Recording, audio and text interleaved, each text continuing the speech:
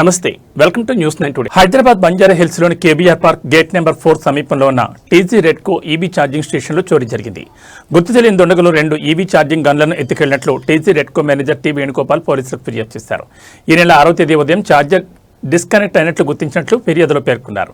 ఘటనపై కేసు నమోదు చేసిన పోలీసులు దర్యాప్తు చేపట్టి సీసీటీవీ ఫుటేజ్లను పరిశీలిస్తున్నారు. మల్కాజ్గిరిలో దారుణ ఘటన చోటు చేసుకుంది. భార్య నిషారాణిని భర్త అరుణ్ తుపాకీతో కాల్చి హత్య చేసినట్లు సమాచారం. భార్యాభర్తల మధ్య కొంతకాలంగా కుటుంబ కలహాలు కొనసాగుతున్న నేపథ్యంలో మాట్లాడుకుందామని పిలిచి తెల్లవారుజామున జరిగిన వాగ్వాదం అనంతరం ఈ దారుణానికి పాల్పడినట్లు ప్రాథమిక సమాచారం. ఈ ఘటనలో అరుణ్ కు మరో వ్యక్తి సహకరించినట్లు పోలీసులు అనుమానిస్తున్నారు. గతంలో అంబర్పేట ప్రాంతంలో కూడా తుపాకీతో హల్చల్ చేసిన ఘటనలో అరుణ్ పేరు వినిపించినట్టు తెలుస్తోంది. కేసు నమోదు చేసిన పోలీసులు నిందితుల కోసం గాలింపు చర్యలు చేపట్టి ఘటనపై దర్యాప్తు కొనసాగిస్తున్నారు. ప్రభుత్వం ఆది శ్రీనివాస్ బీజేపీ నాయకులపై తీవ్ర విమర్శలు చేశారు. తెలంగాణ ముఖ్యమంత్రి రేవంత్ రెడ్డిపై వ్యక్తిగత విమర్శలు చేయడం మానుకోవాలని బీజేపీ రాష్ట్ర అధ్యక్షుడు ఎన్ రామచంద్రరావుకు సూచించారు. తెలంగాణ ప్రయోజనాన్ని పక్కన పెట్టి ఢిల్లీలో పదవుల కోసం బీజేపీ నాయకులు పనిచేస్తున్నారని ఆరోపించారు. రాష్ట్ర ప్రాజెక్టులకు కేంద్రం నుంచి నిధులు తీసుకురాలేకపోయిన బీజేపీ నేతలు సీఎం రేవంత్ రెడ్డిని విమర్శించడం విడ్డూరమన్నారు. మూసీ ప్రక్షాళన, ట్రిపుల్ మెట్రో విస్తరణ, పాలమూరు, రంగారెడ్డి ప్రాజెక్టులకు కేంద్రం సహకరించడం లేదని విమర్శించారు. తెలంగాణ రైతుల ధాన్యం కొనుగోలు, తుమ్మిడిహట్టి బ్యారేజ్ వంటి అంశాలను బీజేపీ నేతలు చిత్తశుద్ధితో వ్యవహరించడం లేదని ఆది శ్రీనివాస్ ఆరోపించారు. రాష్ట్ర అభివృద్ధి కార్యక్రమాలను చూసి బీజేపీ నాయకులు ఓర్వలేక రాజకీయ విమర్శలు దిగుతున్నారని అన్నారు. పార్వతీపురం పట్టణంలోని చారిత్రాత్మక శ్రీ సత్యనారాయణ స్వామి ఆలయాన్ని ఎమ్మెల్యే బోనెల విజయచంద్ర సందర్శించి సోమవారం దర్శించుకున్నారు. అనంతరం ఆలయ అభివృద్ధిపై అధికారులు, గ్రామ పెద్దలు, దాతలతో సమీక్ష నిర్వహించారు. 100 ఏళ్లకు పైగా చరిత్ర కలిగిన ఈ ఆలయ పునరుద్ధరణకు ప్రత్యేక కమిటీ ఏర్పాటు చేసి సమగ్ర కార్యాచరణతో ముందుకు సాగుతామని ఎమ్మెల్యే తెలిపారు. ఎండోమెంట్ శాఖతో సమన్వయం చేసుకుని ఆలయానికి పూర్వ వైభవం తీసుకురావడానికి కృషి చేస్తామని హామీ ఇచ్చారు. దేవాలయాలు కేవలం ఆరాధనా కేంద్రాలు మాత్రమే కాకుండా మన సంస్కృతి సంప్రదాయాలకు ప్రతీకలను పేర్కొంటూ వాటి పరిరక్షణ ప్రతి ఒక్కరి బాధ్యతని ఎమ్మెల్యే బోనెల విజయచంద్ర అన్నారు. నమస్కారం. మీ అందరికీ తెలిసిందే, రమా సత్యనారాయణ స్వామి టెంపుల్ అంటే ఇది ఉత్తరాంధ్ర అన్నవరంగా పిలువబడ్డ ఈ టెంపుల్ ఇప్పుడు శిథిలావస్థలో ఉంది. ఊరు పెద్దలు అలాగే ఈవో గారు కూడా, కొందరు దాతలు కూడా ఈ గుడిని బాగు చేయడానికి ముందు రావడం, అయితే ఏం చేయొచ్చు ఏం చేయకూడదు అనే విషయానికి ఈరోజు గ్రామ పెద్దలతోని అలాగే ఎండోమెంట్ డిపార్ట్మెంట్ అధికారులతో పాటు గుడికి రావడం జరిగింది. కూటమి ప్రభుత్వం వచ్చిన తర్వాత దాదాపుగా మేము కమిట్మెంట్ తీసుకున్నాం. రాష్ట్రంలో ఒక 5,000 గుడులు బాగు చేయాలి, 5,000 కొత్త గుడులు కట్టాలని గౌరవ ముఖ్యమంత్రి గారు ఒక నిర్ణయం తీసుకున్నారు. నాకు కూడా మన నియోజకవర్గానికి కూడా దాదాపు 18 గుడులు కట్టండి, 1800 గుడులు కట్టండి కావాలంటే మన్యం డిస్టిక్ అని చెప్పి ఒక టార్గెట్ కూడా ఇచ్చారు. ఇప్పటి వరకు చాలా వరకు గుడులకి ప్రపోజల్ పంపించాం. దాదాపుగా కొన్ని గుడులకు కూడా 50 లక్షలు, కొన్నిటికి 30 లక్షలు, కొన్ని గుడులకి 40 లక్షలు కూడా తీసుకోవడం జరిగింది. అయితే ఈ గుడి చూసిన తర్వాత, ఈ గుడి చరిత్ర తెలుసుకున్న తర్వాత దాదాపుగా 100 సంవత్సరాల పైబడి చరిత్ర ఉన్న ఈ టెంపుల్ని ఎలాగా తిరిగి బాగు చేయించుకోవాలి, ఎందుకంటే ఆ ఒక చరిత్ర కలిగే విషయాల్ని తొందరగా డిమాలిష్ చేయకుండా ఒక సరైన పద్ధతిలో కొత్త కమిటీ వేయాలా, లేకపోతే ఈరోజు గుడి విజిట్ చేసి గుడి యొక్క చరిత్రను కూడా తీసుకోవడం జరుగుతుంది. తీసుకున్న తర్వాత గౌరవ మంత్రి గారితో, గౌరవ అధికారులతో పాటు మాట్లాడి ఈ గుడికి ఎంతైతే ఫండింగ్ అవసరం ఉంటుందో అంత తీసుకొచ్చి తిరిగి దీన్ని పూర్వ వైభవంతో మళ్ళీ ఈ గుడి నిత్యం కూడా పూజలు అందుకునే విధంగా, భక్తులందరూ కూడా వచ్చే విధంగా, మళ్ళీ అన్నవరంకి వెళ్లకుండా మన దగ్గరికి ఉత్తరాంధ్ర అన్నవరంగా పిలువబడిన ఈ రమా సత్యనారాయణ గారి టెంపుల్ని ఖచ్చితంగా, అంటే ఇది నాకు ఒక అదృష్టంగా భావిస్తున్నాను, దేవుడు నాకు ఇచ్చిన వరంగా భావిస్తున్నాను. ఎన్నో సంవత్సరాలుగా గుడిని తిరిగి పునఃప్రారంభించే బాధ్యత తీసుకుంటున్నానని మరొకసారి తెలియజేసుకుంటూ ఈ గుడిలో కమిటీ కూడా వేస్తాం. ఈ గుడిలో కావాల్సిన అన్ని సౌకర్యాలని అందిస్తామని మరొకసారి తెలియజేసుకుంటూ ఎప్పుడు కూడా రమా సత్యనారాయణ స్వామి ఆశీస్సులు ఉండాలని కోరుకుంటూ, మా నియోజకవర్గానికి, మా పార్వతీపురంకి ఉండాలని కోరుకుంటూ ఈరోజు మీ అందరి దగ్గర సెలవు తీసుకుంటున్నాను. జై హింద్. రాజ్యసభ ఎన్నికల్లో కాంగ్రెస్ నేత మీనాక్షి నటరాజన్ నామినేషన్ తిరస్కరణపై మంత్రి ధనసరి అనసూయ సీతక్క తీవ్రంగా స్పందించారు. అర్హత ఉన్నప్పటికీ బీజేపీ కుట్రపూరితంగా ఆమె నామినేషన్ తిరస్కరించిందని ఆరోపించారు. ఈ ఘటన బీజేపీ మహిళా వ్యతిరేక వైఖరిని బయటపెడుతోందని విమర్శించారు. మీనాక్షి నటరాజన్ రాజ్యసభకు రాకుండా అడ్డుకునేందుకు రాజకీయ కుట్రలు జరిగాయని, ఆమెపై ఉన్న అంశాన్ని కేసుగా చూపించడం సరికాదన్నారు. చిల్లర రాజకీయాలతో మహిళల ధైర్యాన్ని, స్థైర్యాన్ని దెబ్బతీయలేరని స్పష్టం చేశారు. అలాగే ప్రధాని నరేంద్ర మోడీ ఎన్ని ప్రయత్నాలు చేసినా జవహర్లాల్ నెహ్రూ, ఇందిరాగాంధీల చారిత్రక వారసత్వాన్ని అధిగమించలేరని, వారు భారత చరిత్రలో చిరస్థాయిగా నిలిచిపోయే నాయకులని మంత్రి సీతక్క పేర్కొన్నారు. అదేవిధంగా గౌరవ రాహుల్ గాంధీ గారు అధిష్టానం గుర్తించి ఆమెకు రాజ్యసభ సీట్ ఇస్తే ఈరోజు బీజేపీ ప్రభుత్వం కుట్రలు చేసి మరి ఆమె యొక్క నామినేషన్ను రిజెక్ట్ చేయడం అనేది అత్యంత దుర్మార్గం. ఈరోజు బీజేపీ ప్రభుత్వం, బీజేపీ పార్టీ ఎంత మహిళా ద్రోహి, మహిళల వ్యతిరేకి అనేది కూడా అర్థమవుతుంది. ఈరోజు ఎన్ఆర్ఈజెస్ చట్టానికి ఎంజీఎన్ఆర్ఈజెస్ పేరు లేకుండా ఎట్లయితే చేసిరో ఒక గాంధేయవాదిగా పనిచేస్తున్నటువంటి మీనాక్షి నటరాజన్ గారిని మరి పార్లమెంట్లోకి, రాజ్యసభలోకి రానియకుండా కుట్ర చేసి అసలు అది కేసే కాదు, ఎవరికో ఏదో క్రమశిక్షణ యాక్షన్ తీసుకోలేదనే ఒక చిన్న దాన్ని అడ్డం పెట్టుకొని ఇంత దుర్మార్గంగా వ్యవహరించడం తగదు. మోడీ గారు, మీరు నిజాయితీగా ప్రజల యొక్క ఓటు ద్వారా గెలవాలి తప్ప ఇలా కుట్రలు చేసి ఇతర పార్టీలను అత్యంత ఘోరంగా విభజనలు చేసి విద్వేషాలు, విభజనలు, మరి ఇలాంటి చిల్లర రాజకీయాలతోటి మహిళల యొక్క స్థైర్యాన్ని, ధైర్యాన్ని దెబ్బతీయలేరు. ఈరోజు మీనాక్షి నటరాజన్ కావచ్చు, అక్కడ మనము చూస్తూ ఉన్నాం బెంగాల్లో కూడా ఎంత దుర్మార్గంగా చేస్తున్నారు. ఈరోజు మోడీ గారు గొప్పగా చెప్పుకుంటారు, నేను మరి నెహ్రూ గారి లెగసీని, నెహ్రూ గారి ఆ యొక్క హిస్టరీని బ్రేక్ చేసినాని, నెహ్రూ గారి యొక్క హిస్టరీని, ఇందిరాగాంధీ గారి యొక్క గొప్పతనాన్ని నువ్వు ఎప్పుడు కూడా బ్రేక్ చేయలేవు. నువ్వు కాలంలో ఇంకా 4 రోజులు ఎక్కువ ఉండొచ్చు, కానీ చరిత్రలో మిగిలిపోయే విధంగా పేద వర్గాలకు భూములు పంచి, ఇల్లులు ఇచ్చి, మరి అదేవిధంగా ఇన్స్టిట్యూషన్స్ డెవలప్ చేసి స్వతంత్రం కోసం 9 సంవత్సరాలు జైల్లో ఉన్నటువంటి నెహ్రూతో నీకు అస్సలే పోటీ కాదు. నువ్వు ఆయన హిస్టరీని ఎప్పుడు కూడా బ్రేక్ చేయలేవు. నీ బ్రేక్లు ఏమైనా ఉన్నాయంటే ఇట్లాంటి విభజనలు చేయడము, విద్వేషాలు సృష్టించడము, అర్హత ఉన్నటువంటి వాటిని రిజెక్ట్ చేయడము. ఇవాళ మా మీనాక్షి నటరాజన్ గారి యొక్క అభ్యర్థిత్వాన్ని, నామినేషన్ తిరస్కరింపజేసి ఏదో విర్రవీగుతున్నారు. ఇంతకంటే దుర్మార్గం ఇంకొకటి లేదు. అసలు అది కేసే కాదనేది కూడా గుర్తుపెట్టుకోవాలని ఈ సందర్భంగా తెలియజేస్తాను. కేంద్ర మంత్రి జి కిషన్ రెడ్డి తెలంగాణ ముఖ్యమంత్రి ఏ రేవంత్ రెడ్డిపై చేసిన వ్యాఖ్యలను ప్రభుత్వ విప్ బేర్ల ఐలయ్య తీవ్రంగా ఖండించారు. రాష్ట్ర సమస్యలు, కేంద్ర నిధులపై ప్రశ్నిస్తే రౌడీ అనడం సిగ్గుచెట్టని విమర్శించారు. తెలంగాణకు రావాల్సిన న్యాయమైన వాటా, రైతుల ధాన్యం కొనుగోలు, అభివృద్ధి నిధుల విషయంలో కేంద్రాన్ని నిలదీస్తున్న ముఖ్యమంత్రిపై వ్యక్తిగత విమర్శలు చేయడం సరికాదన్నారు. తెలంగాణ నుంచి గెలిచిన బీజేపీ ఎంపీలు రాష్ట్రానికి ఏం సాధించారో ప్రజలకు చెప్పాలని డిమాండ్ చేశారు. కేంద్రం తెలంగాణకు ఇచ్చిన నిధులపై బహిరంగ చర్చకు కాంగ్రెస్ సిద్ధమని, బీజేపీ కూడా సిద్ధమని సవాల్ విసిరారు. రాష్ట్ర ప్రయోజనాల కోసం పోరాడుతున్న ప్రభుత్వంపై అనవసర విమర్శలు మానుకోవాలని కిషన్ రెడ్డి తన వ్యాఖ్యలను వెనక్కి తీసుకుని క్షమాపణ చెప్పాలని బేర్ల ఐలయ్య డిమాండ్ చేశారు. కేంద్ర మంత్రి కిషన్ రెడ్డి మతి భ్రమించి మాట్లాడుతున్నాడు. తెలంగాణ రాష్ట్ర ముఖ్యమంత్రి రేవంత్ రెడ్డి గారు తెలంగాణ ప్రజలకు రావాల్సినటువంటి న్యాయమైన నిధుల గురించి, ప్రాజెక్టుల గురించి, మూసికి సంబంధించినటువంటి నిధుల గురించి, మరి వడ్ల కొనుగోలు విషయంలో కేంద్రాన్ని ప్రశ్నిస్తుంటే ఒక రాష్ట్ర ముఖ్యమంత్రిని రౌడీ లెక్క మాట్లాడడానికి కిషన్ రెడ్డికి ఏమైనా సిగ్గుండాలా? తెలంగాణ నుంచి 8 మంది ఎంపీలు గెలిస్తే కదా మీరు కేంద్రంలో అధికారం వచ్చింది. మరి ఈ రోజు వరకు మీరు కేంద్రం నుంచి తెలంగాణ రాష్ట్రానికి ఒరగబెట్టిందేందో ముందుగా కిషన్ రెడ్డి సమాధానం చెప్పాలి. మా ముఖ్యమంత్రి గారు అడిగిన మాటలకు, మా ముఖ్యమంత్రి అడిగినటువంటి ప్రశ్నలకు సమాధానం చెప్పలేక ముఖం చాటేసిన కిషన్ రెడ్డి ఇలా మా ముఖ్యమంత్రిని పట్టుకొని తెలంగాణలో ప్రజాపాలన ద్వారా పేదలకు సంక్షేమాలు అందిస్తుంటే కేంద్రం సహకరించకుండా, కేంద్రం రాష్ట్రానికి ఇవ్వాల్సినటువంటి నిధులు ఇవ్వకుండా ఇలా రాష్ట్రంలో ప్రజాపాలన ద్వారా సంక్షేమాలు చేస్తుంటే చూసి ఓర్వలేక కిషన్ రెడ్డి పిచ్చి పిచ్చి మాటలు మాట్లాడుతున్నారు. మరి రాష్ట్రానికి రావాల్సిన నిధుల గురించి కదా మా ముఖ్యమంత్రి మీ కేంద్రాన్ని, మీ బీజేపీని, మీ మోడీని నిలదీసింది. నిలదీసే రౌడీలా అంటే ప్రశ్నించొద్దా? తెలంగాణ రాష్ట్రం మీ కేంద్రానికి పన్నులు కడతలేదా, జీఎస్టీ కడతలేదా? మరి కట్టే వాటిలో ఇలా మాకు రావాల్సినటువంటి న్యాయమైనటువంటి వాటా గురించి, ఇలా తెలంగాణకు సంబంధించిన ప్రాజెక్టుల గురించి, తెలంగాణకు సంబంధించినటువంటి మూసీ ప్రాజెక్టు గురించి, అదేవిధంగా వడ్ల కొనుగోలు విషయంలో ఇలా తెలంగాణ దేశానికే రోడ్ మోడల్ గా, దేశానికే ఒక ఆదర్శప్రాయంగా ఇలా వడ్లు పండిస్తే ఆ వడ్లను కొనలేని స్థితిలో మీ బీజేపీ, మీ మోడీ ప్రభుత్వం ఉంది. దానికి నువ్వు సమాధానం చెప్పు ముందుగాల. ఇలా కాకి లెక్కలు చెప్పి కేంద్రం సహకరిస్తుంది, కేంద్ర నిధులు వస్తున్నట్టు. మరి కేంద్ర నిధుల మీద చర్చలకు సిద్ధమా కిషన్ రెడ్డి గారు? మరి మీరు తేల్చుకోవాల్సిన అవసరం ఉంది. ఇలా తెలంగాణ రాష్ట్రాన్ని ప్రపంచ పటంలో నిలబెట్టడానికి మా గౌరవ ముఖ్యమంత్రి, మా మంత్రులు ఇలా ఆర్దిశలు కష్టపడుతుంటే దాన్ని చూసి ఓర్వలేక మేము తెలంగాణలో ఏదో పొడుస్తాం, తెలంగాణలో మేము వస్తామంటున్నావు. బిడ్డ, తెలంగాణలో మీ జాగీర్ కాదు, తెలంగాణలో అడుగు కూడా పెట్టనీయం. తెలంగాణలో మీ అధికారం కళ్ళ మీరు పగటి కళ్ళకు అంటున్నారు. కిషన్ రెడ్డి, నీకు మాట్లాడే నైతిక విలువ లేదు. కేంద్రాన్ని అడిగే దమ్ము ధైర్యం లేదు.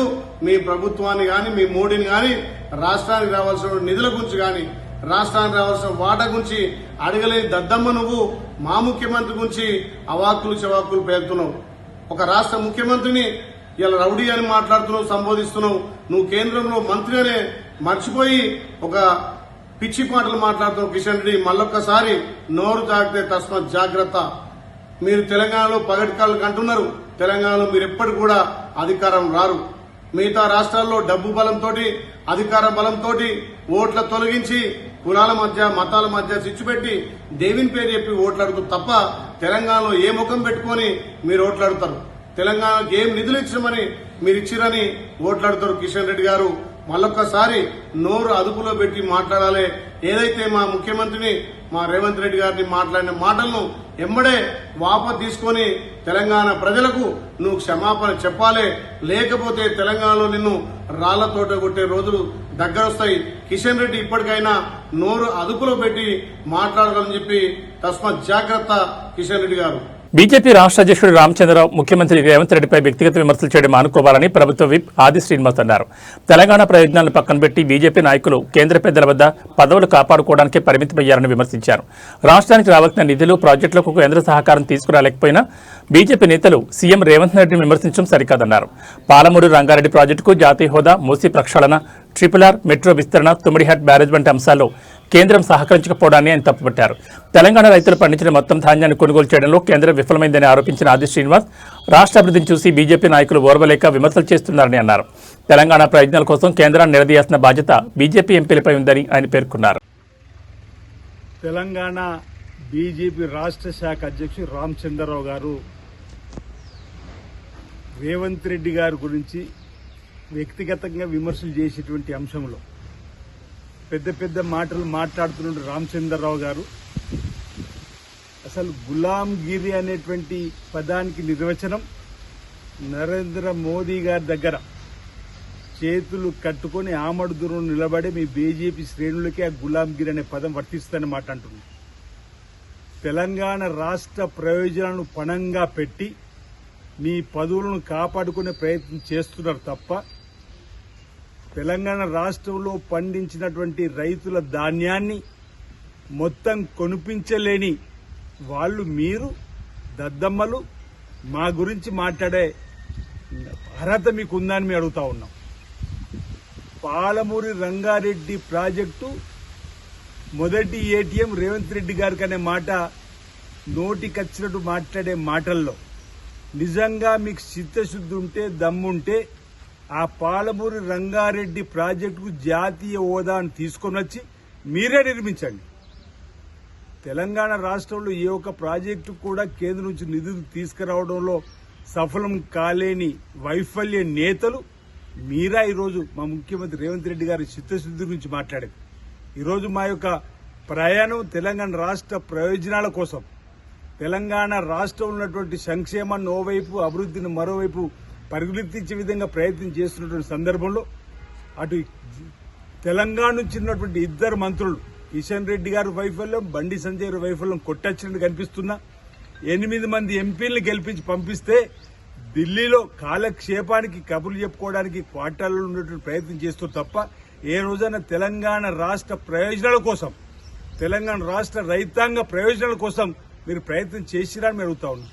ఈరోజు మూసీ నదికి నిధులు ఇవ్వాలని చెప్పని ప్రయత్నం చేసిన, ట్రిపుల్-ఆర్కు సంబంధించినటువంటి అంశంలో నిధులు ఇవ్వాలని ప్రయత్నం చేసిన, మెట్రో అనుమతులు తీసుకొచ్చేటువంటి ప్రయత్నం చేయడానికి కోసం రేవంత్ రెడ్డి గారు ప్రయత్నం చేస్తుంటే ఎక్కడ భారతీయ జనతా పార్టీ పక్షాన సహకరించకుండా ఈరోజు తెలంగాణ రాష్ట్ర వెనుకబాటుకు కారణమయ్యే విధంగా చేసేటువంటి మీ కుటిల ప్రయత్నాల్ని మా గౌరవ ముఖ్యమంత్రి రేవంత్ రెడ్డి గారు తెలంగాణ ప్రజలను చైతన్యపరిచే విధంగా చేసేటువంటి కార్యక్రమాలు చూసి ఓర్వలేకనే ఈ విధంగా మీరు చేసే ప్రయత్నం తప్ప మరొకటి కాదు. అసలు నరేంద్ర మోదీ గారి దగ్గర, అమిత్ షా గారి దగ్గర చెప్రాసిలాగా పనిచేసేటువంటి మనసత్తు ఉన్నటువంటి మీరా ఈరోజు రేవంత్ రెడ్డి గారి గురించి మాట్లాడేది ఒకసారి ఆలోచన చేయాలని చెప్పాలి. నిజంగా మీకు చిత్తశుద్ధి ఉంటే తెలంగాణ ప్రయోజనాల కోసం తెలంగాణ రాష్ట్ర ప్రభుత్వంతో కలిసి రావాలని. తుమ్మిడిహట్టి దగ్గర మహారాష్ట్ర ముఖ్యమంత్రి అక్కడ ఉన్న మీ ప్రభుత్వంతో అపాయింట్మెంట్ ఇప్పిమంటే కూడా చేత కావడం లేదు మీకు. ఈరోజు 150 మీటర్ల దగ్గర, గతంలో 152 మీటర్ల దగ్గర కడతామని పట్టుబట్టడం లేదు. 150 మీటర్ల దగ్గర నిర్మాణం చేస్తామంటే ఎందుకు మీరు కేంద్రం ఉన్నటువంటి బీజేపీ ప్రభుత్వం, మహారాష్ట్ర ప్రభుత్వం, తెలంగాణ ఉన్న ప్రభుత్వం మధ్యలో అపాయింట్మెంట్ కూడా ఇప్పించలేకపోతున్నారంటే మీకు తెలంగాణ రాష్ట్ర ప్రజలపై ఏమాత్రం ప్రేమ ఉందో ఈరోజు మీ కపట ప్రేమ, మీ ముసలి కన్నీరు రైతుల పట్ల కార్చేది కూడా తుమ్మిడి దగ్గర మీకు తెలుస్తా ఉంది. 52 లక్షల మెట్రిక్ టన్నులు కూడా ఎక్కువ కొనలేమంటున్నారు. నిన్న మా ఉత్తమ్ కుమార్ రెడ్డి గారు కూడా మాట్లాడిన మాటలు కూడా చూసినాం. ఈరోజు మీరు కేవలం రైతులకు పండించే పంటలు మద్దతు ధర ప్రకటించి ఊరుకోవడమే కాదు, ఆ ప్రకటించిన మద్దతు ధర కూడా పంటలు కొనుగోలు చేసేటువంటి ప్రయత్నం కేంద్ర ప్రభుత్వం చేయాలి. దానికి మీరు మద్దతు ఇవ్వాలి. ఈరోజు రేవంత్ రెడ్డి గారు ఈరోజు రాష్ట్ర ప్రయోజనం కోసం చేస్తున్న ప్రయత్నాలు మీరు గమనించాలని చెప్పండి. ఈరోజు తుమ్మిడిహట్టి దగ్గర 150 మీటర్లతో ప్రాజెక్టు నిర్మాణం శరవేగంగా చేసుకోవాలని చెప్పని ఒక ఆలోచన ముందుకు పోతున్న ప్రభుత్వానికి అభినందనలు చెప్పి కేంద్ర ప్రభుత్వం ద్వారా సహకారాన్ని మహారాష్ట్ర ప్రభుత్వం ద్వారా అపాయింట్మెంట్ ఇప్పించే ప్రయత్నం చేయాలి తప్ప ఈరోజు ఒకవేళ 150 మీటర్ల దగ్గర నిర్మాణం చేస్తే ఇప్పటికే బడ్జెట్ లో చెప్పుకున్నాం, అసెంబ్లీలో చెప్పుకున్నాం, తుమ్మిడిహట్టి ప్రాజెక్టు నిర్మాణం చేసి తీరుతామని. 100 టీఎంసీల పైన కాపాడుకోవడానికి అవకాశం ఉంది, వాడుకోవడానికి అవకాశం ఉంది ఎల్ఐబిల్ ప్రాజెక్టు ద్వారా. తద్వారా సుమారు ఉత్తర తెలంగాణ వరప్రాధాన్యంగా మారడానికి అవకాశం ఉంది. ఈరోజు ఆదిలాబాద్, కరీంనగర్, పాట్ మెదక్, పాట్ వరంగల్, నిజామాబాద్ తదితర ఉత్తర తెలంగాణలో సుమారు 16 లక్షల ఎకరాలకు సాగు అందించేటువంటి తుమ్మిడిట్టిని గత ప్రభుత్వం బీఆర్ఎస్ పక్కన పెట్టి దానికి ఆ రోజు మీరు మద్దతు చెప్పిన సందర్భం.